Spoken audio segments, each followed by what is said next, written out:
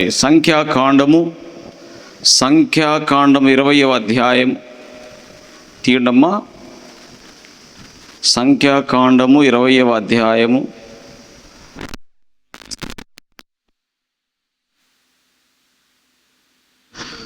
అప్పుడు మోషే అహరోనులు సమాజము ఎదుట నుండి ప్రత్యక్షపు గుడారము యొక్క ద్వారములోనికి వెళ్ళి సాగిలపడగా యెహోవా మహిమ వారికి కనబడెను.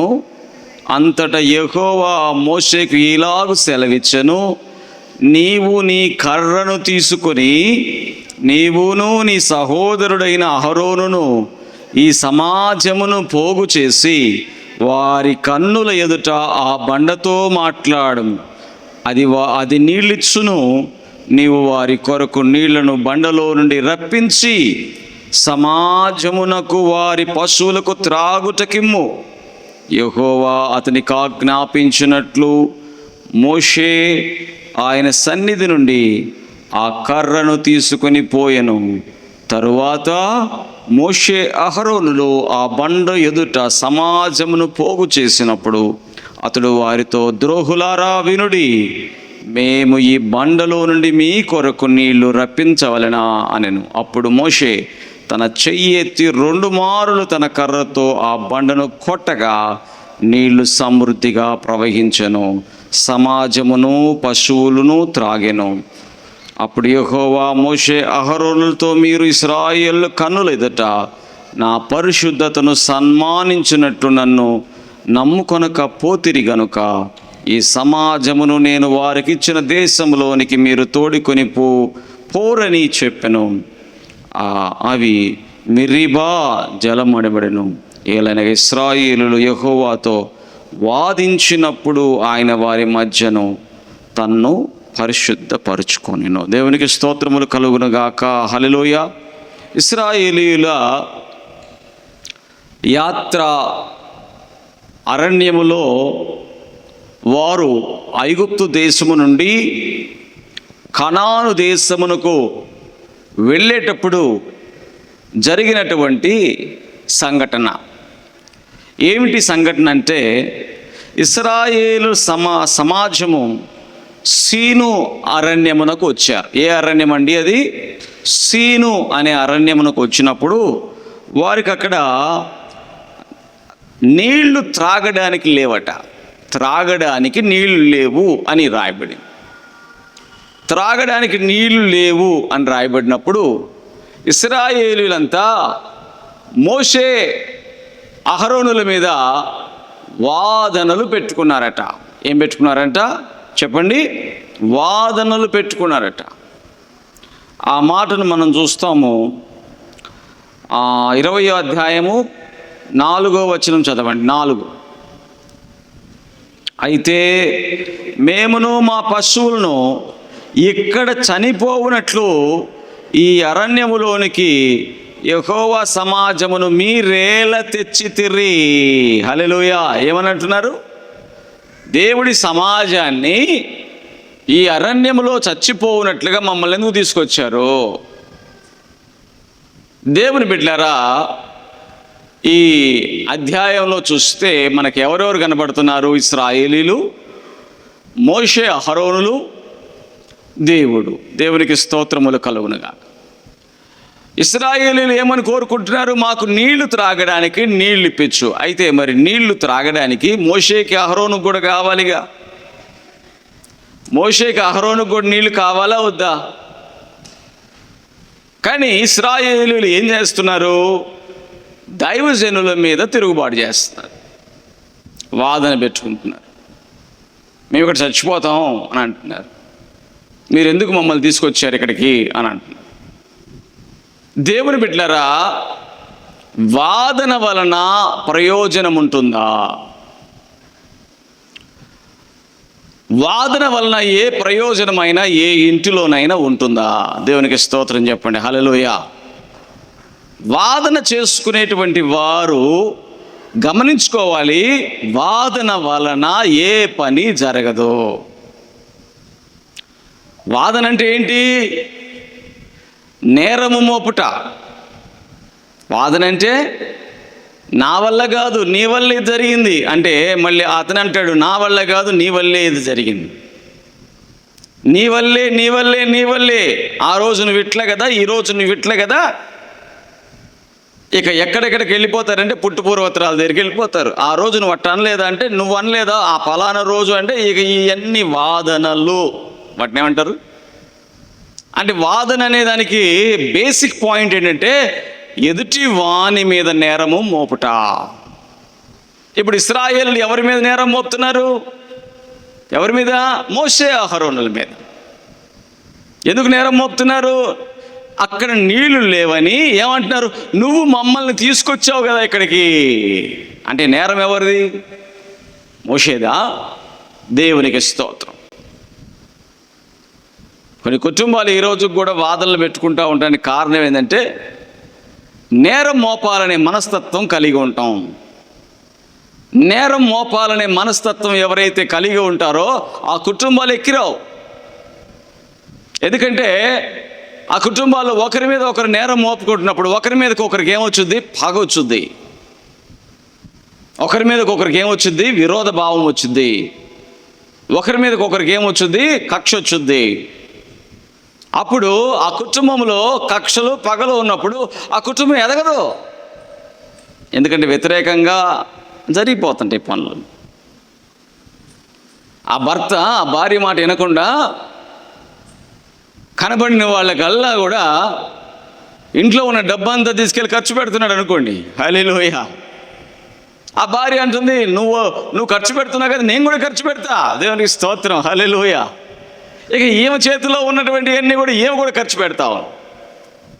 ఇటు భర్త ఖర్చు పెడుతున్నాడు, ఇటు భార్య ఖర్చు పెడతారు. పిల్లలు ఏమైపోవాలా? దేవునికి స్తోత్రం చెప్పండి. హల్లెలూయా. భర్త పాటికి భర్త ఖర్చు పెడుతున్నాడు, నువ్వు ఖర్చు పెడుతున్నావు కదా అని నేను కూడా ఖర్చు పెడతానని భార్య కూడా ఖర్చు పెడుతుంటే పిల్లలు ఏమైపోతారు? పేదవాళ్ళు అయిపోతారు. పిల్లలు ఏమైపోతారు అంటే వారిద్దరి మధ్యలో వాదనలు పిల్లల్ని ఏం చేస్తాయి? పేదవారిగా మార్చేస్తాయి. వాదన ఎప్పుడు కూడా కుటుంబాన్ని అభివృద్ధి చేయలేదు. వాదన ఎప్పుడు కూడా కుటుంబాన్ని బలపరచలేదు. దేవుని బిడ్డలంగా మనము వాదనలు పెట్టుకుంటే మన కుటుంబాలు పైకి రావు, అభివృద్ధి చెందవు. ఇశ్రాయేలీయుల సమాజము మోషే అహరోనులతో వాదనలు పెట్టుకోవడానికి ప్రయత్నం చేసినా మోషే వాళ్ళతో వాదన పెట్టుకోలేదు. దేవునికి స్తోత్రం చెప్పండి. హల్లెలూయా. పెట్టుకోలే. ఒక సైడ్ నుంచి ఇశ్రాయేలీయులు వాదనలు పెట్టుకుంటుంటే ఇటు నుంచి మోషే మాత్రం వాదన పెట్టుకోలేదు. హల్లెలూయా. మోషే ఏం చేశాడు మరి? ఆడు చదివాం కదా 6వ వచనంలో ఏం చేశాడు? దేవుడికి మొర్ర పెట్టాడు. హల్లెలూయా. దేవునికి స్తోత్రం. దేవుడికి మొర్ర పెట్టాడు. ఒకవైపు ఇశ్రాయేలీయులు వాదన పెట్టుకుంటుంటే మోషే ఇంకొక వైపు ఏం చేశాడంటే దేవుడికి మొర్ర పెట్టాడు. కీర్తనల గ్రంథము 50వ కీర్తన 15వ వచనం చదవండి. కీర్తనల గ్రంథం 50వ కీర్తన 15.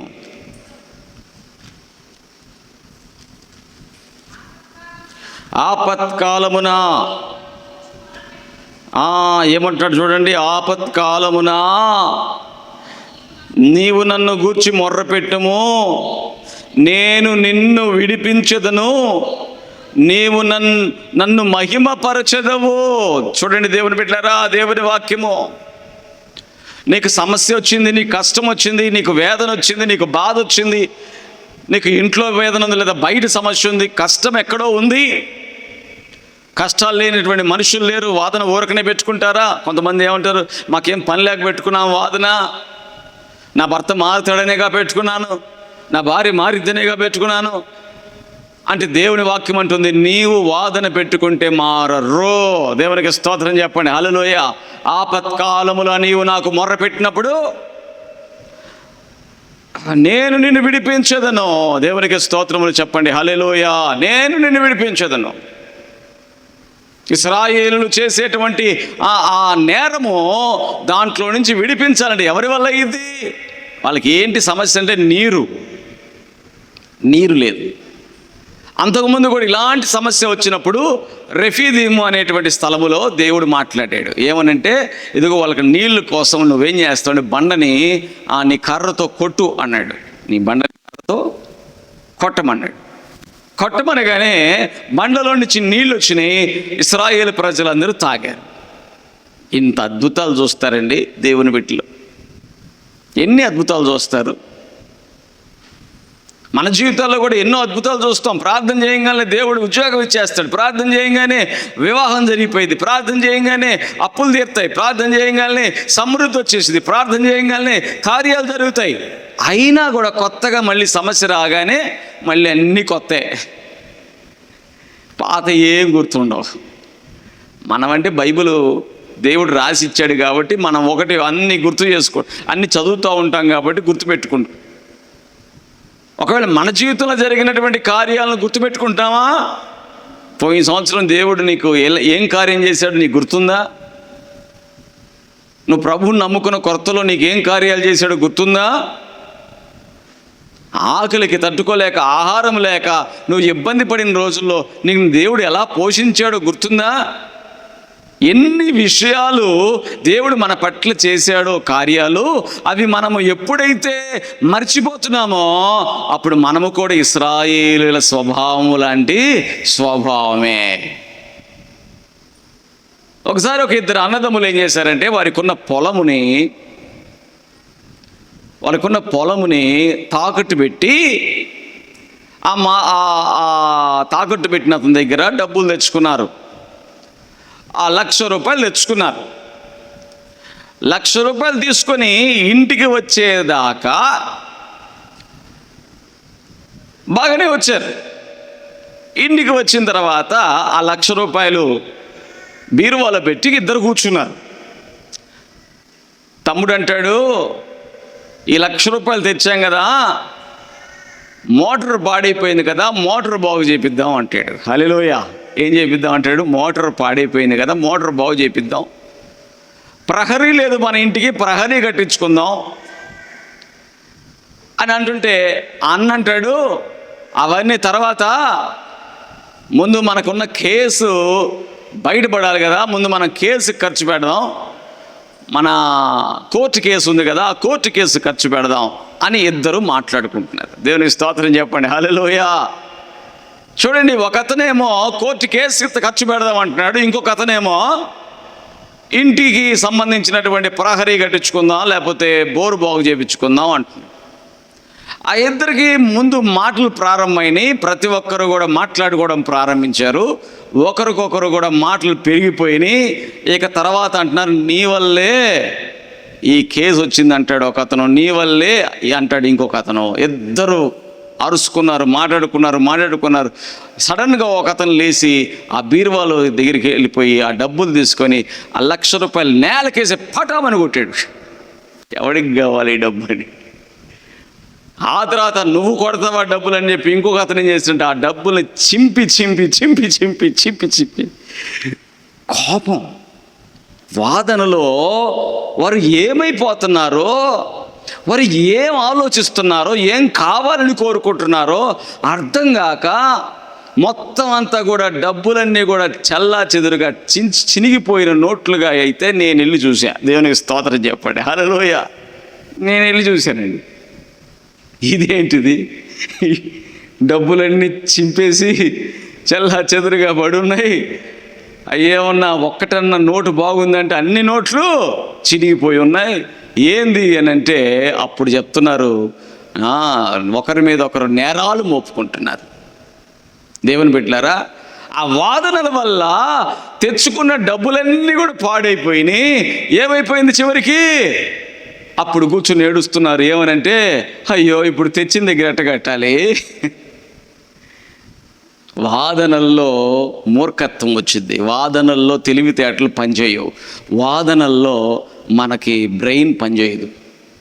అందుకనే వాదనలు, ఆపత్కాలాలు వచ్చినప్పుడు, వాదన వస్తున్నప్పుడు, సమస్య వచ్చినప్పుడు, వేదన వస్తున్నప్పుడు నీవు దేవుడికి మొర్రపెట్టు. హల్లెలూయా. కీర్తనకారుడు ఏమంటున్నాడు? దేవుడికి మొర్రపెట్టు, ప్రార్థన చేయి. ఈరోజు మంగళవారం ప్రార్థనలని మనం ఇక్కడ ఏర్పాటు చేస్తున్నాం. దేనికో తెలుసా? నువ్వు ఒక్కదానివే ఇంట్లో కూర్చొని ప్రార్థన చేసే శక్తి లేదా? రా, మంగళవారం రా, దేవుడి సన్నిధికి రా. దేవుడి సన్నిధిలో ఎంతమంది సమకూర్చబడి సమాజముగా చేర్చబడి ప్రార్థన చేస్తున్నారు. మొర్రపెట్టు. ప్రతి ఒక్కొక్కరికి ఒక్కొక్క సమస్య, ఒక్కొక్క వేదన, ఒక్కొక్క బాధ. ఆ బాధలన్నింటిలో కూడా దేవుడు విడిపిస్తాడు, దేవుడు తప్పిస్తాడని దేవుని యందు విశ్వాసం ఉంచిన మనమందరము కూడా దేవుడి సమాజంగా కోరుతుంటే అది అర్థం కాదు చాలామందికి. హల్లెలూయా. ఆ విషయం అర్థం కాదు. దేవుడి చిత్తమది అని అర్థం కాదు. హల్లెలూయా. దేవుడి చిత్తము ఇలాగనే జరుగుతుంది అని అర్థం చేసుకోలేరు. దేవుడి చిత్తము మొర్ర పెట్టుట. దేవునికి స్తోత్రం చెప్పండి. హల్లెలూయా. దేవుడి చిత్తం ఏంటి చెప్పండి? దేవుడి చిత్తం ఏంటి? మొర్ర పెట్టుట. దేవుడికి నీ యొక్క సమస్యని దేవుడికి అప్పగించుట. దేవా, ఇశ్రాయేలు ప్రజలకి నీళ్ళు ఇవ్వాలంట. ఎట్లా ప్రభువా? నీవే సహాయం చేయి, నీవే సహాయం చేయి. ఈరోజు నువ్వు నేర్చుకోవాల్సినటువంటి ఆలోచన ఏంటంటే, సమస్యకు మొదటగా నువ్వు ప్రార్థన చేసే మనిషిగా నువ్వు ఉండాలి, కానీ ఫిర్యాదులు చేసే మనిషిగా ఉండకూడదు. ఏ మనిషిగా ఉండకూడదు? ఏ మనిషిగా ఉండకూడదు? ఫిర్యాదులు. ఏందయ్యా ఆ పలానా సమస్య ఏందయ్యా అంటే, పలానా వాడు నన్ను ఇట్టు అన్నాడండి అందుకనే. ఫిర్యాదు చేసే మనస్తత్వాలు మనయన్నీ. ఫిర్యాదు. దేవుడి దగ్గర కూడా ఫిర్యాదులు చేస్తారండి ఆఖరికి. హల్లెలూయా. ఏమని చేస్తారంటే, పక్కన వాళ్ళ మీద ఫిర్యాదు అంటే తెలుసు కదా, పక్కన వాడిది తప్పు అని చెప్తారనమాట. ఏందయ్యా నువ్వెందుకు మందిరానికి రాలేదంటే, ఆ పలానా వాడి వల్ల నేను రాలేదంటారు. దేవుడు అడుగుతుంది నిన్ను, పక్కనోడి మీద నువ్వు తప్పు మోపడం కాదు. దేవునికి స్తోత్రం చెప్పండి. హల్లెలూయా. నీ మనసుకు ఇష్టమైతే నువ్వు ఏదో ఒక రీతిగా మార్గాన్ని తెరిచి నువ్వు వెళ్ళటానికి ప్రయత్నం చేస్తావు కదా. మందిరానికి రావడం అనేది నీకు ఇష్టం లేదు కాబట్టి నువ్వు ఏదో ఇంకొకరి మీద నెపం మోపుతున్నావు. కానీ నిజంగా నీకు ఇష్టమైతే సప్త సముద్రాలు దాటైనా చెప్పాలా? నీకు ఇష్టమైతే సప్త సముద్రాలు దాటైనా దేవుడి మందిరానికి వస్తావు. హల్లెలూయా. ఇక్కడికి ఎంతోమంది విజయవాడ నుంచి, చెన్నై నుంచి, హైదరాబాద్ నుంచి, బెంగళూరు నుంచి వాళ్ళు ఎన్ని వందల కిలోమీటర్లు దాటుకొని ఇక్కడికి వస్తున్నారని వాళ్ళకి ఇష్టం ఉంది కాబట్టి. హల్లెలూయా. అందుకని ఫిర్యాదు చేసేవారు ఇష్టము లేదు కాబట్టి ఫిర్యాదులు చేస్తారు. ఇష్టము లేనప్పుడే ఎదుటి వారి మీద ఫిర్యాదులు చేస్తారు. అందుకని సమస్య వచ్చినప్పుడు నువ్వేం చేయాలి? ప్రార్థన చేయాలి. నీకు ఇష్టం ఉందా? ప్రార్థన. దేవా, నీ మందిరానికి వెళ్ళాలనుకుంటున్నాను, ఇదిగో ఈ సమస్య వచ్చింది ప్రభువా, ఈ సమస్యను తొలగించి నేను మందిరానికి వచ్చేటట్టు నాకు సహాయము చెయ్యి ప్రభువా.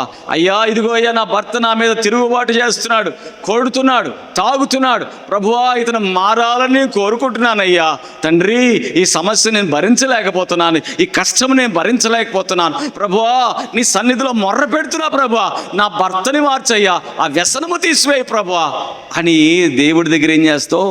మొర్ర పెడతావు. ఇంట్లో మొర్ర పెడితే నేను ఇంట్లో అర్థం చేసుకోరు కాబట్టి మందిరంకి వచ్చి చెప్పాలి, మందిరంకి వచ్చి మొర్ర పెడతావు. హల్లెలూయా. చెప్పండి హల్లెలూయా. ఇంట్లో నువ్వు కన్నీళ్ళు గార్చి ప్రార్థన చేస్తుంటే చుట్టుపక్కల వాళ్ళు ఏమైంది అనుకుంటారేమో అని నువ్వేం చేస్తావు? మందిరానికి వస్తావు. హల్లెలూయా. మందిరములో నువ్వు మొర్ర పెట్టమనే చెప్తున్నాడు దేవుడు. హల్లెలూయా. నువ్వేం చేయాలంట? కన్నీళ్ళు గార్చు. ఆరాధన జరుగుతుంటుంది, ప్రార్థనలు జరుగుతుంటాయి, నువ్వేం చేస్తుంటావు? మొర్ర పెడతా ఉంటావు. మొర్ర మొర్ర మొర్ర. చూసావా దేవుడి మందిరం ఎంత ఉపయోగము? దేవుడి మందిరం అంటే నీకు ఎంత ఉత్సాహము, దేవుడి మందిరం అంటే ఎంత ఆనందము. దేవుడి మందిరంలో నీకు ఏముందంటే ప్రార్థనలకు జవాబు ఉన్నది. హల్లెలూయా. మోషే అహరోనులు ప్రార్థన చేసినప్పుడు దేవుడు ఏమన్నాడు? రా మందిరంలోకి రండి. హల్లెలూయా. ఏమన్నాడు చెప్పండి? మందిరంలోకి. అందుకని దేవుడి మందిరంలోకి వచ్చినప్పుడు నీ ప్రార్థన దేవుడికి నువ్వు అప్పగిస్తున్నప్పుడు, నీ ప్రార్థన దేవుడికి నువ్వు అప్పగిస్తున్నప్పుడు కొంతమంది అంటారు, అయ్యా నేను పాపం చేస్తాను. పాపము గురించి కాదు నువ్వు ఆలోచించాల్సింది. వెలుగొస్తే చీకటి వెళ్ళిపోయిద్దా? ఆగిద్దా? లైట్ వేయగానే చీకటి ఉంటుందా? ఆ రూమ్లో ఉంటుందా? నువ్వు ప్రార్థన చేస్తుంటే పాపము చెప్పాలి, పాపము ఉంటుందా? వెళ్ళిపోయిద్ది. అయ్యా నేను పాపం నువ్వు ప్రార్థన చేస్తున్నావా లేదా? హల్లెలూయా. నువ్వు పాపం చేస్తున్నావంటే నువ్వు ప్రార్థన చేయట్లేదని. దేవునికి స్తోత్రం చెప్పండి. హల్లెలూయా. నువ్వు పాపం చేస్తున్నావు అంటే నువ్వు ప్రార్థన చేయట్లేదని అంతే. నువ్వు ప్రార్థన చేస్తే పాపము చెయ్యవు. హల్లెలూయా. నువ్వు వాక్యం చదివితే పాపము చెయ్యవు. పాపం చేయడం కాదు, ఆలోచించను కూడా. కాబట్టి సమస్య వచ్చినప్పుడు మొదటిగా ఏంటి? నువ్వు దేవుడి సన్నిధిలోకి వెళ్ళి ప్రార్థన చేయాలి. నంబర్ 1. నంబర్ 2, దేవుడు మాట్లాడాడు. ఏమని మాట్లాడాడు? సంఖ్యాకాండంలో చూడండి, 20వ అధ్యాయం 7వ వచనం. మళ్ళీ చదవండి అమ్మా. సంఖ్యాకాండం 20వ అధ్యాయం 7వ వచనం చదవండి. 2వ విషయం, 4 విషయాలు చెప్తానండి. ఓకే, 20వ అధ్యాయం 7 చదవండి అమ్మా. అందరూ యెహోవా మోషేకి ఇలాగ సెలవిచ్చును, నీవు నీ కర్ర తీసుకొని నీ సహోదరుడు అహరోనును ఈ సమాజం పోగు చేసి వారి కన్నులెత్తడు ఆ బండతో. ఏమన్నాడు? బండతో మాటలాడుము. అది నీళ్ళు ఇచ్చిన నీవు వారి కొరకు నీళ్ళను బండలో రప్పించి సమాజమును వారి పశువులు త్రాగుటకేమో. ఏమని చెప్పాడు దేవుడు? 2వ విషయం ఏమని చెప్పాడు? నీవు బండతో మాట్లాడుము అన్నాడు. హల్లెలూయా. ఏమన్నాడు దేవుడు? ఏం చెప్పాడు? నువ్వు బండతో మాట్లాడు. Speak to the rock. బండతో నువ్వు మాట్లాడు. ఆ బండ నీకు నీళ్ళు ఇస్తుంది నువ్వు మాట్లాడితే. హల్లెలూయా. చెప్పండి హల్లెలూయా. సేవకులమైన మాతో కూడా దేవుడు ఏం చెప్పాడు తెలుసా? నజరేయుడైన యేసు నామములో నువ్వు మాట్లాడు అన్నాడు. హల్లెలూయా. ఏమన్నాడు? నజరేయుడైన యేసు నామములో మాట్లాడు. మేము మాట్లాడుతున్నాం ఏమని? నజరేయుడైన యేసు నామములో ఆ రోగము తగ్గిపోవును గాక అని మాట్లాడాం. హల్లెలూయా. మాట్లాడంగానే ఏం జరిగింది? దేవుడు ఏం చేస్తున్నాడు? ఆ రోగాన్ని తీసేస్తున్నాడు. హల్లెలూయా. మాట్లాడుతున్నాం అంతే. హల్లెలూయా. మాట్లాడితే ఏం జరుగుతుంది? హాస్పిటల్ ఎందుకు అయ్యా అంటే నీకు వందనాలయ్యా. హాస్పిటల్లే, స్కూళ్ళే, బస్ స్టాండ్లు, రైల్వే స్టేషన్లు, మందిరాలు. దేవునికి స్తోత్రం చెప్పండి. హల్లెలూయా. హాస్పిటల్కి వెళ్ళేవాళ్ళు హాస్పిటల్కి వెళ్ళండి.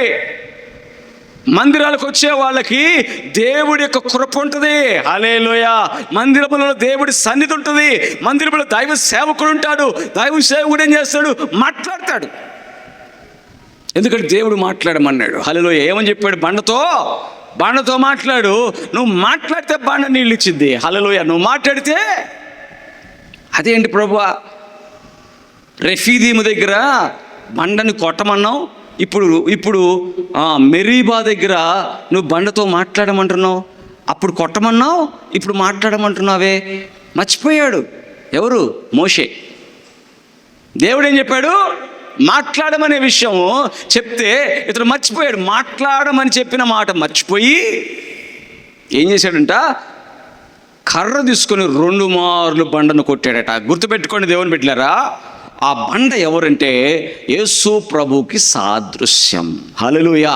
ఆ బండ ఎవరు? యేసు ప్రభువే. కొరంథీయులకు రాసినటువంటి పత్రిక చూడండి ఒకసారి. కొరంథీయులకు రాసినటువంటి పత్రిక, మొదటి పత్రిక 10వ అధ్యాయం. కొరంథీయులకు రాసినటువంటి మొదటి పత్రిక 10వ అధ్యాయం 4వ వచనం చదవండి అమ్మా. 4. అందరూ ఆత్మ సంబంధమైన ఒకే ఆహారమును భుజించిరి, అందరూ ఆత్మ సంబంధమైన ఒకే పానీయమును పానము చేసిరి. ఏలైనగా తమ్మును వెంబడించిన ఆత్మ సంబంధమైన బండలోనిది త్రాగిరి. ఆ బండ అంటే ఇక్కడ ఏంటి? దేవుడు చెప్పిన మాటను మనము చెయ్యాలి. హల్లెలూయా. ద్వితీయోపదేశకాండము 4వ అధ్యాయం 2వ వచనం చదవండి. ద్వితీయోపదేశకాండం 4వ అధ్యాయం 2వ వచనం. ద్వితీయోపదేశకాండం 4వ అధ్యాయం 2 చదవమ్మా. ద్వితీయోపదేశకాండం 4వ అధ్యాయం 2వ వచనం. అమ్మా, మీ దేవుడైన యెహోవా ఎదుట మీ దేవుడైన యెహోవా ఇచ్చిన ఆజ్ఞలను మీకు ఆజ్ఞాపించుచున్నాను, వాటిని గైకొనుటయందు నేను మీకు ఆజ్ఞాపించిన మాటతో దేనిని అండర్లైన్ చేసి దేనిని కలపకూడదు, దానిలో నుండి దేనిని తీసివేయకూడదు. దేవునికి స్తోత్రం చెప్పండి, హల్లెలూయా. దేవుడు చెప్పే ప్రతి దాంట్లో కూడా చాలా మర్మం ఉంటుంది. యేసు ప్రభువు ఆ బండ అని చెప్పబడినప్పుడు యేసు ప్రభువును సిలువ వేశారు ఒక్కసారే. హల్లెలూయా. ఎన్నిసార్లు వేశారు సిలువ? ఒక్కసారే. సిలువ మీద యేసు ప్రభువుని శరీరం అంతా రక్తసిక్తంగా మారిపోయి 39 కొడా దెబ్బలు కొట్టి ఆయన సిలువ మీదకి ఎక్కించి శీలలు కొట్టి ఆయన బాధ పెట్టి ఆయన పక్కలో బల్లెముతో పొడిచి ఆయన్ని మరణానికి అప్పగించినప్పుడు దేవుని బిడ్డలారా, ఆ మరణములో నుండి మనకేమొచ్చింది? రక్షణ వచ్చింది. దేవునికి స్తోత్రం చెప్పండి, హల్లెలూయా.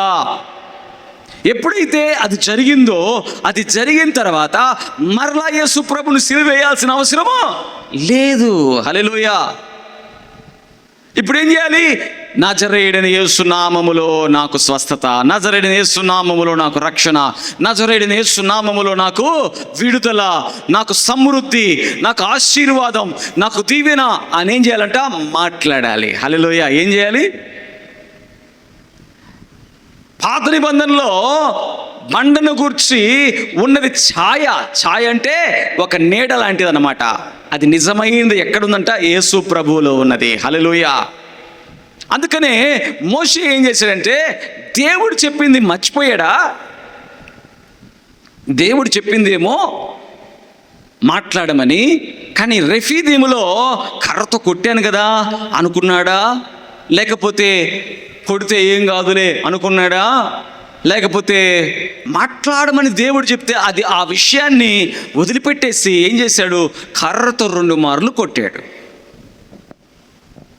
నీళ్ళు వచ్చినాయి అంటే వచ్చినాయి, నీళ్ళు వచ్చినాయి అంటే వచ్చినాయి, కానీ ఏం చేయలేదని దేవుడు బాధపడ్డాడంటే, నీవు నా మాట వినలేదు. హల్లెలూయా.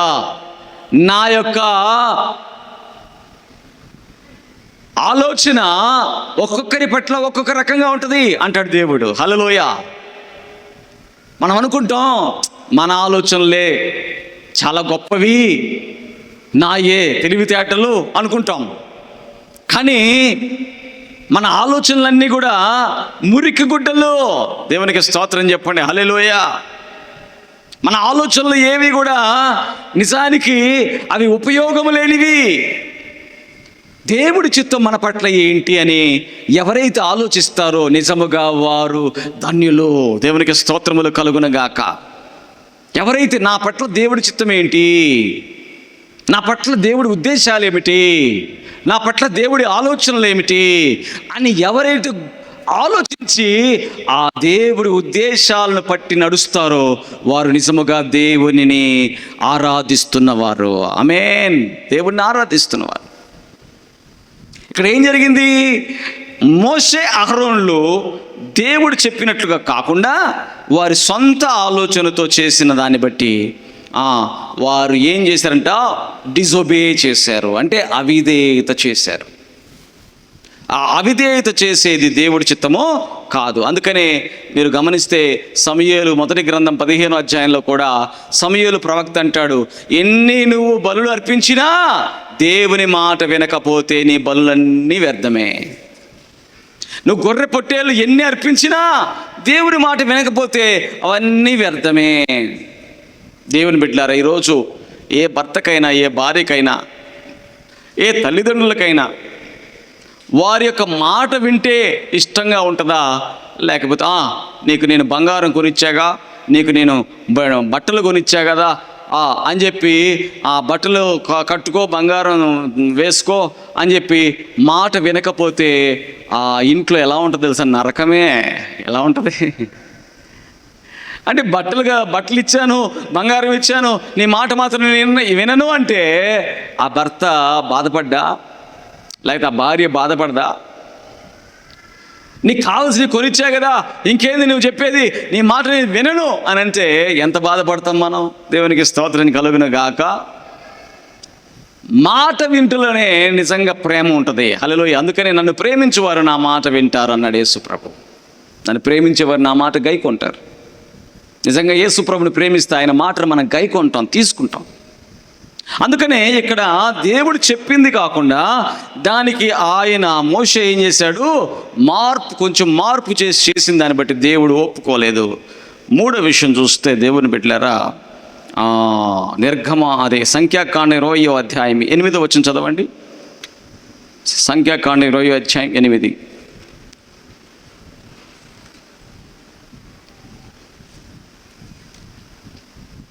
తొమ్మిది చదవండి. కాదు 9 కాదు,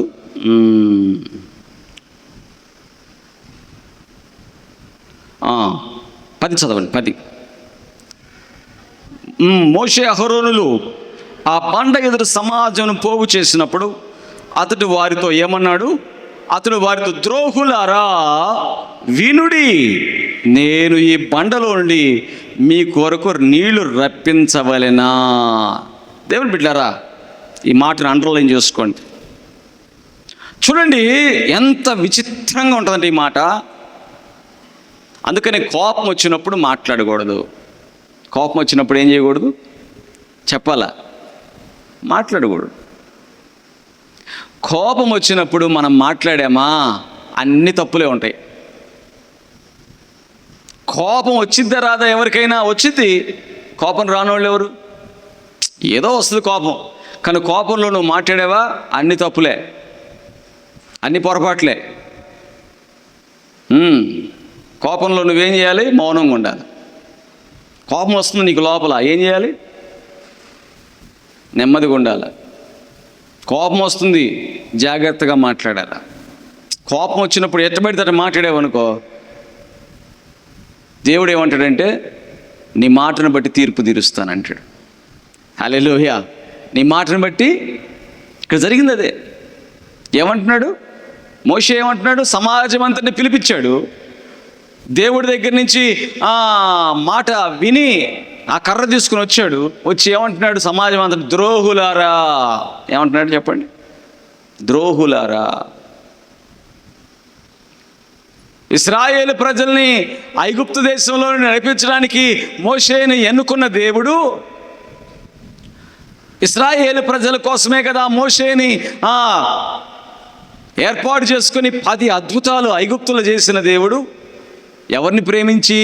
ఇశ్రాయేలు ప్రజలని. హల్లెలూయా. ఇప్పుడు ఇశ్రాయేలు ప్రజల్ని ఏమంటున్నాడు మోషే? ద్రోహులారా. ద్రోహులారా అన్నంత వరకు ఓకే. తర్వాత ఏమన్నాడు తెలుసా? నేను మీకు నీళ్ళు ఇప్పించవలనా. ఎవరంట? దేవుడు కాదా? నేను మీకు నీళ్ళు ఇప్పించవలనా. చూసారా, కోపములో నీవు మాట్లాడితే ఎన్ని తప్పులు మాట్లాడేవో చూడు. దేవుడు ప్రేమించిన ఇశ్రాయేలు ప్రజలనేమో ద్రోహులారా అన్నాడు. నీళ్ళు ఎవరు ఇప్పించాలంట? దేవుడు ఇప్పించాలా లేకపోతే ఇతనా, మోషేనా? ఇప్పుడు నువ్వు ప్రార్థన చేస్తున్నానండి, నేను ప్రార్థన చేస్తుంటే నేనేమనాలి? నా యేసయ్య స్వస్థపరుస్తున్నాడు అనాలి. అట్లా కాకుండా నేనేమని, ఒకవేళ ఇలా అంటే తప్పు కదా. ఏమని? నేను నీకు బాగు చేయాలా, నేను నీకు బాగు చేయాలా అని అనొచ్చా? అనకూడదు. నేనెవరిని బాగు చేయడానికి? నేనెవరినంటే ప్రార్థన చేసేవాడిని, ప్రభు స్వస్థపరుస్తాడు అంతే. కానీ ఇక్కడ మోషే ఏం చేశాడు? మోషే ఏమన్నాడు? నేను నీకు నీళ్ళు ఇవ్వాలి. నీళ్ళు ఇచ్చేది నువ్వా? నీళ్ళు ఇచ్చేది ఎవరు? అసలు బండలో నుంచి నీళ్ళు ఎట్టొస్తే నీకు తెలుసా? మోషేకి తెలుసా?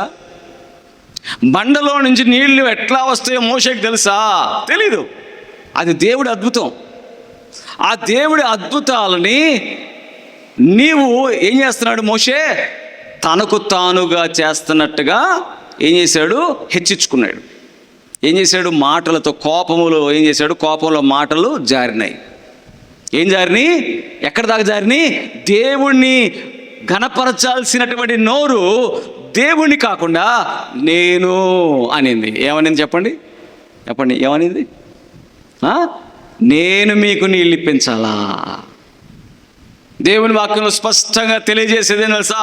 నేను అనేది చచ్చిపోకపోతే దేవుని నీవు మహిమపరచలేవు. హల్లెలూయా. నేను అనేది చావాలి.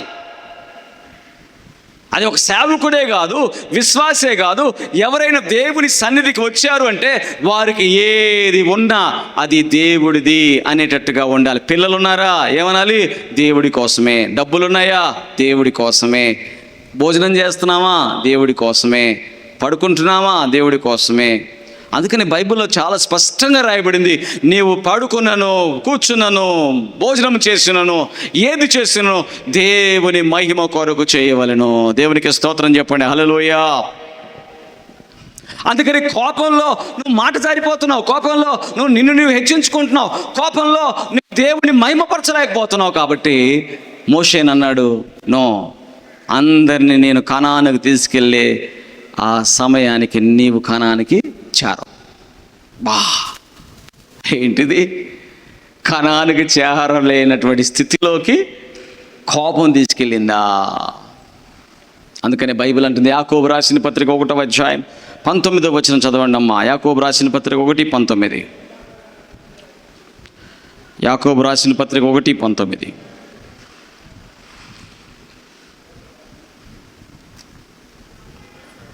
నా ప్రియ సహోదరులారా, మీరు ఈ సంగతిని ఎరుగుదురు గనుక ఏమంటున్నాడమ్మా, ప్రతి మనుషుడు వినుటకు వేగిరపడివాడును, మాటలాడుటకు నిదానించువాడును, కోపించుటకు నిదానం ఉండాలి. కోపానికి నిదానం ఉండాలి, మాట్లాడడానికి నిదానం ఉండాలి, వినటానికి ఎక్కువగా ఇష్టపడాలి. దేవునికి స్తోత్రం. హల్లెలూయా. ఆ తర్వాత ఎందుకనగా నరుని కోపము దేవుని నీతిని నెరవేర్చదు. నరుని కోపము దేవుని నీతిని నెరవేర్చదు. మోషే కోపము దేవుడి నీతిని నెరవేర్చలే. ఏంటది అంటే, దేవుడి నీతి ఏంటంటే బండని ఒక్కసారి కొట్టాలి, రెండోసారి మాట్లాడాలి. హల్లెలూయా. దేవుడి నీతి అది. కోపం ఏం చేసిందంటే రెండోసారి కూడా కొట్టింది. దేవుని ప్రణాళికని ఎరగలేకపోయాడు మోషే, దేవుడి చిత్తాన్ని ఎరగలేకపోయాడు. ఈరోజు చాలా కుటుంబాలు కూడా, ప్రభువా నాకు నువ్వు ఉద్యోగం ఇయ్యయ్యా, నా వ్యాపారాన్ని బాగు చేయయ్యా, నేను నీకు నమ్మకంగా ఉంటా ప్రభు అంటారు. ఎప్పుడు చెప్పాలి? ఎప్పుడండి? రాకముందు, జరగకముందు నమ్మకంగా ఉంటా ప్రభు అంటారు. వచ్చిన తర్వాత మాట మార్చేస్తారు. వచ్చిన తర్వాత నేను అనుకుంటారు. హల్లెలూయా. నేను ఎప్పుడైతే నేను అనేది వస్తుందో అక్కడ దేవుడి నీతి నెరవేరదు. దేవునికి స్తోత్రం చెప్పండి. హల్లెలూయా చెప్పండి. హల్లెలూయా. కాబట్టి కోపములో నిదానం ఉండాలి, దేవుని నీతిని నెరవేర్చేటట్టుగా మన జీవితాలు ఉండాలి. లేకపోతే ఏమి ఉపయోగం అండి? ఎక్కడికి వెళ్ళాలనుకుంటున్నాం? మరణం తర్వాత పరలోకమేనా? కొంతమందికి ఏంటంటే పరలోకం నాదే అన్నట్టుకుంటారు. పరలోకం దేవుడిది కదా. పరలోకం ఎవరిది చెప్పండి? ఎవరిదమ్మా? దేవుడిది. కొంతమంది ఎట్లా ఆలోచిస్తారంటే, నేను ఏమి ఇవ్వకపోయినా దేవుడు నాకు అన్ని ఇస్తాడు, ఇక్కడ అన్ని ఇస్తాడు, పరలోకంలో కూడా అన్ని ఇస్తాడు, నువ్వు మాత్రం ఏమి ఇవ్వవు. దేవునికి స్తోత్రం చెప్పండి. హల్లెలూయా. దేవుడు ఇస్తాడు నీకు, కానీ ఇచ్చిందా అంటూ మళ్ళీ ఏమంటాడు? నీకు ఇచ్చి మళ్ళీ ఏమంటాడు? నాకు ఇస్తావా అంటాడు. దేవునికి స్తోత్రం చెప్పండి. హల్లెలూయా. నీకు ఇస్తాడు, ముందు ఇచ్చి నువ్వు నాకు ఇస్తావా లేదా అని చూస్తాడు. దేవునికి స్తోత్రం. నీకు ఇవ్వకుండా అడగడు, నీకు ముందు ఇస్తాడు. నువ్వు ప్రార్థన చేసావు కదా, ప్రభా నాకు ఉద్యోగం ఇవ్వు ప్రభా, ప్రభా నాకు వ్యాపారం అభివృద్ధి చేయి ప్రభా, ప్రభా నా అప్పులు తీసే ప్రభా అంటే నీకు దేవుడు చేస్తాడు. చేసిన తర్వాత నువ్వు దేవుడికి ఎంత నమ్మకంగా ఉంటున్నావు. వింటున్నారా? దేవుని స్తోత్రం చెప్పండి. హల్లెలూయా. అప్పుడేమంటారు తెలుసా? నా కష్టార్జితం, నేను కష్టపడితే చెప్పాలా, నేను కష్టపడ్డా. మోషే కూడా అదే, నేను నీకు నీళ్ళు ఇవ్వాలా, నేను ఇయ్యాలా నీళ్ళు? నో. దేవుని బిడ్డలు గుర్తుపెట్టుకోండి, కోపము ఎప్పటికీ కూడా దేవుడి నీతి నెరవేర్చుతుంది. ఈరోజు దేవుడు మనకి ఇచ్చిన దాంట్లో మనము కూడా దేవుడికి ఇవ్వాల్సిన బాధ్యత మనకు ఉంటుంది. అంటే మనము దేవుని ప్రేమించాలి. హల్లెలూయా. దేవుని ప్రేమించాల్సినటువంటి బాధ్యత మనది. సేవకుడిగా మేము కూడా దేవుడు చేసే కార్యాలని నేను చేస్తున్నట్టుగా ఎప్పుడు కూడా మేము అనుకోకూడదు. దేవునికి స్తోత్రం చెప్పండి. హల్లెలూయా. అలా అనుకుంటే అది దేవుని నామాన్ని అవమానపరిచినట్టు అవుతుంది. దేవుడు చేసే కార్యాలను బట్టి దేవుడికి మహిమ చెల్లించాలి. హల్లెలూయా. దేవుడిని ఘనపరచాలి, దేవుని స్తుతించాలి, యేసు నామాన్ని మనం కీర్తించాలి. కాబట్టి మూడో విషయం, మోషే కోపపడడం వలన అక్కడ తప్పిపోయాడు. కోపపడడం వలన అతను దేవుని యొక్క మాటను అతిక్రమించాడు. నాలుగో విషయం చూస్తే సంఖ్యాకాండము ఏమన్నాడు అక్కడ? సంఖ్యాకాండము 20వ అధ్యాయము నువ్వు నా పరిశుద్ధతను ఏమన్నాడు? 20వ అధ్యాయము 12వ వచనం చదవండమ్మా. 12 చివరిగా ముగించేస్తాం. యెహోవా మోషే అహరోనులతో, మీరు ఇశ్రాయేలు కన్నుల ఎదుట నా పరిశుద్ధతను సన్మానించినట్లు నన్ను నమ్ముకొనకపోతిరి గనుక ఈ సమాజమును నేను వారికి ఇచ్చిన దేశములోనికి మీరు తోడుకొని పోరని చెప్పాను. చూసారా? నాలుగో విషయం, నా పరిశుద్ధను సన్మానించినట్టు నమ్ముకోవాలా మీరు. హల్లెలూయా. నమ్మారు, అందరు నమ్మేవాళ్ళే. హల్లెలూయా. యేసుప్రభు నమ్మని వాళ్ళు ఎవరు ఉంటారు? యేసుప్రభుని నమ్మడంలో కూడా తేడాలు ఉన్నాయి. అంటే ఒక్కొక్కరు స్కూల్కి వెళ్తున్నావంటే స్కూల్కి వెళ్తే ఎన్ని క్లాసులోనే 10 క్లాసెస్ ఉన్నాయి. ఎన్ని? ఒకటే స్కూల్కి ఫస్ట్ క్లాస్ వాడు వెళ్తాడు, ఒకటే స్కూల్కి 7th క్లాస్ వాడు వెళ్తాడు, అదే స్కూల్కి 10th క్లాస్ వాడు కూడా. అంటే స్కూల్కి వెళ్తున్నాను అందరూ ఒకటేనా? కాదు. దేవుని స్తోత్రం. స్కూల్కి వెళ్తున్నంత మాత్రం అందరూ ఒకటేనా? కాదు. ఎవరి క్లాసెస్ని బట్టి వాళ్ళు. మోషే ఎంత స్థితిలో ఉన్నాడు? 6 లక్షల మంది కాల్బలాన్ని నడిపించే శక్తిని దేవుడు మోషేకి అనుగ్రహించి కర్ర ఎత్తితే, కర్ర చాపితే సముద్రం చీలిపోయింది, కర్రతో రెఫీదీముల బండను కొడితే నీళ్ళు వచ్చినాయి. అన్ని అద్భుతాలు జరుగుతుంటే మోషే స్థితి ఎక్కడా? ఇశ్రాయేలు లాంటి స్థితే కాదు. మోషే స్థితి అంత గొప్ప స్థితి. హల్లెలూయా. అంత ఉన్నత స్థితిలో ఉన్నటువంటి మోషే ఇప్పుడు తను ఎలాగ సన్మానించాలి దేవుణ్ణి అంటే దేవుని నామాన్ని మహిమపరిచేటట్టుగా. హల్లెలూయా. దేవుని నామాన్ని ఘనపరిచేటట్టుగా. హల్లెలూయా. దేవుని నామాన్ని స్తుతించేటట్టుగా అతడు ముందుగా నిలబడకపోతే మిగతా వాళ్ళు ఏం నేర్చుకుంటారు? అందుకని ఏమంటారు? అరే పెద్దోడు నువ్వే అటు చేస్తే చిన్నోళ్ళు ఏమవుతారు? పెద్దోడు నువ్వే అల్లరి చేస్తే ఇంట్లో చిన్నోళ్ళు ఏమైపోతారు? వాళ్ళు కూడా నీ అల్లరి నేర్చుకుంటారుగా. అందుకనే చిన్నోళ్ళు సెట్ అవ్వాలంటే పెద్దోడిని ఏం చేస్తారు? ఒక దెబ్బేస్తారు. హల్లెలూయా. అప్పుడు పిల్లలు తర్వాత వాళ్ళు కూడా సెట్ అయిపోతారు. అంటే ఉన్నత స్థితిలోకి వచ్చిన వాడే ముందు సరిగా ఉండాలి. హల్లెలూయా. ముందు మోషేనే సరిగా ఉండాలి, దాని తర్వాత ఇశ్రాయేలు సరైతారు. ఇంట్లో కూడా పెద్దవాడు సరైతే తర్వాత వాళ్ళు కూడా సరి. పెద్దవాడు సరిగా లేరు కాబట్టి తర్వాత వాళ్ళు సరిగా ఉండరు. యెషయా గ్రంథంలో చూడండి 42వ అధ్యాయం 8వ వచనం. యెషయా గ్రంథం 42:8. యెషయా గ్రంథం 42:8. యెహోవాను నేనే, యెహోవాను నేనే, ఇదే నా నామము, మరి ఎవనికిని నా మహిమను నేను ఇచ్చేవాడును కాను, నాకు రావలసిన స్తోత్రమును విగ్రహములకు చెందనీయను. నాకు రావలసిన స్తోత్రమును ఎవరికి చెందనీయను. హల్లెలూయా. ఎంత ఖచ్చితంగా ఉన్నాడు చూడండి దేవుడు. దేవుడు చేసినటువంటి కార్యాలను బట్టి స్తోత్రం ఎవరికి రావాలి? ఎవరికి రావాలి స్తోత్రం? ఎవరికి రావాలండి? మనుషులకా దేవుడికా? చెప్పాలా? స్తోత్రం ఎవరికి రావాలి?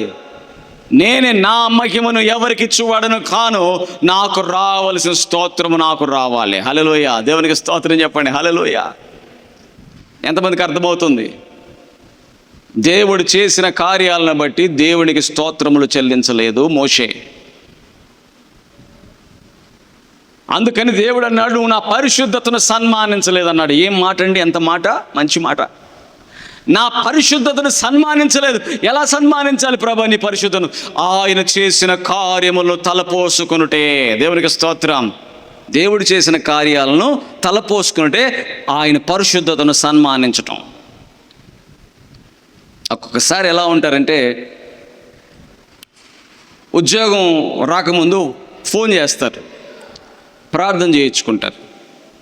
ప్రార్థన చేయించుకున్న తర్వాత ఉద్యోగం వచ్చిందనుకోండి, దేవుడు నాకు ఉద్యోగం ఇచ్చాడు అని చెప్పడం కూడా అవమానంగా అనుకుంటారు. ఒకరికి పిల్లలు లేరు 3 సంవత్సరాల పాటు. పిల్లలు లేకపోతే మేము వారి కోసం ప్రార్థన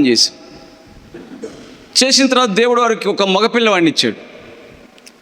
ఇచ్చిన తర్వాత, అయ్యా దేవుడు మీరు సాక్ష్యం చెప్తారా అన్న. ఏమన్నాను? సాక్ష్యం చెప్తారా అన్న. సాక్ష్యం లేవు, సాక్ష్యం వద్దు, ఏమొద్దు అంట. ఎందుకనయ్యా అదేంది అట్లా అంటున్నావు అన్న. నాకు 3 సంవత్సరాలు పిల్లలు లేరు అని అంటే మళ్ళీ నేను అందరిలో అవమానపడతాను, నేను అందుకని చెప్పను అన్నాడు. ఏంటంట, 3 సంవత్సరాలు పిల్లలు లేరంటే అవమానపడతాను, అందుకని చెప్పను. మరి ఇప్పుడు ఈ పిల్లవాడిని నాకు మామూలుగానే పుట్టారనుకోడు, నువ్వు ప్రార్థన చేస్తే దేవుడు ఇచ్చాడని చెప్పవా? లేదని అటు చెప్పను. అంటే ఇప్పుడు ఎలా ఉందంటే, దేవుడు ఇవ్వాలి, ఇచ్చిన తర్వాత దేవుడి పరిశుద్ధతను సన్మానించినట్లుగా దేవునికి స్తోత్రము చెల్లించని వారు ఈ రోజుల్లో ఎంతో మంది ఉన్నారు. అందరిని చూస్తున్నటువంటి వాళ్ళందరినీ దేవుడు చూస్తున్నాడు. హల్లెలూయా. దేవుడు ఇవ్వకముందేమో నాకు దేవుడు ఇవ్వాలి అంటారు. ఇచ్చిన తర్వాత ఇది చెప్పొద్దు, ఇది చెప్తే నాకు అవమానం జరుగుద్ది. నీకు ఇప్పటిదా పిల్లలు 3 సంవత్సరాల దాకా పుట్టలేదా అని మళ్ళీ ఎవరన్నా అంటారు. అంటే వాళ్ళ కోసం వీళ్ళ కోసం దేవుడి నామాన్ని నువ్వు గణపరచవా? దేవుడి నామాన్ని స్తోత్రం చెల్లించవా? అందుకని బైబిల్ గ్రంథం అంటే, నా స్తోత్రములు ఎవరికి ఇచ్చేవాడు కాదు, నా మహిమను ఎవరికి ఇచ్చేవాడు కాదు, నాకు రావాల్సిన స్తోత్రములు నాకు రావాల్సిందే అని అంటున్నాడు. ఎందుకంటే దేవుడు చేసిన కార్యాన్ని బట్టి దేవుడిని స్తుతించబద్ధులమై ఉన్నాం మనమందరము. దేవునికి స్తోత్రములు కలుగునుగాక. ఈ మెర్రిబా అనేటువంటి స్థలములో 4 విషయాలు మీతో మాట్లాడాను. మొదట సమస్య వచ్చింది, నీళ్లు లేవు, ఫిర్యాదులు చేయకూడదు, కానీ ఏం చేయాలి? ప్రార్థన చేయాలి. రెండో విషయం, దేవుడు ఒక మాట చెప్పాడు, ఆ మాటను నీవు కలపకూడదు, తీసేయకూడదు. ఏంటి ఆ మాట? నీవు బండతో మాట్లాడు అంటే మాట్లాడాలి. కానీ ఏం చేశాడు? వెళ్ళి కొట్టాడు, అంటే అతిక్రమించాడు, అవిధేయత. మూడో విషయం, కోపముతో ద్రోహులారా అని ఇశ్రాయేలుని పలికి అంటున్నాడు, నేను మీకు నీళ్ళు ఇయ్యాలా అని తన స్వంత అహంకారాన్ని అక్కడ ప్రదర్శించాడు. దేవుని బిడ్డలారా, కోపము దేవుడి నీతిని నెరవేర్చదు. నాలుగో విషయము, దేవుని పరిశుద్ధతను సన్మానించినట్లుగా దేవునికి స్తోత్రము చెల్లించలేదు. కాబట్టి ఈ 4 విషయాలు మనం చదువుకున్నాం. అక్కడ కనానుకి మోషే ప్రవేశించలేదు, కనానుకి వెళ్లకుండానే మోషే ఆగిపోయాడు. దేవుని బిడ్డలారా, ఈరోజు మన జీవితాల్లో కూడా ఆత్మీయంగా గుర్తుపెట్టుకోండి, మనకి వాదనలు పెట్టుకునే పని మనది కాదు, ప్రార్థన చేయడమే మన పని. అందుకని మంగళవారం ప్రార్థనలకి ఎంతోమంది వచ్చి ఇక్కడ ప్రార్థనలు చేసుకొని వెళ్తున్నారు. ఎక్కడెక్కడి నుంచి అంటే దగ్గర స్థలాలు కాదు కదా, ఎక్కడెక్కడి నుంచో వస్తున్నారు కదా. దేవుడు మనకి ఇచ్చిన అవకాశం. ఫిర్యాదులు చేసే మనసు నుంచి దేవుడిని అడగాలి, నాకు విడుదల చేయి ప్రభా, ఫిర్యాదులు చేసే మనసు విడుదల చేయి నాయన, విడిపించయ్యా, మనసు నుంచి విడిపించయ్యా. రెండోది ఏంటి? నీ మాటలను పట్టుకొని నేను నడుస్తానయ్యా, నా పట్ల ఏం ఆలోచనలు కలిగి ఉన్నావు, నీ చిత్తము నా పట్ల ఏమిటో దాన్ని పట్టుకొని నేను నడుస్తాను ప్రభా అని ప్రార్థన చేయండి. మూడోది, కోపం వచ్చినప్పుడు నిదానించండి, మాట్లాడకండి, తగ్గించండి కోపం వస్తుందా, తగ్గండి, కొంచెం ఆగండి. నాలుగోది, నీకు దేవుడు మేలులు చేశాడా, కార్యాలు చేశాడా, అది నీవు సాక్ష్యం చెప్పడానికి, అది నీవు అనేకుల మధ్యలో చెప్పడానికి నువ్వు వెనకడుగు వేయకుండా దేవుని స్తుతించాలి. ఆమేన్.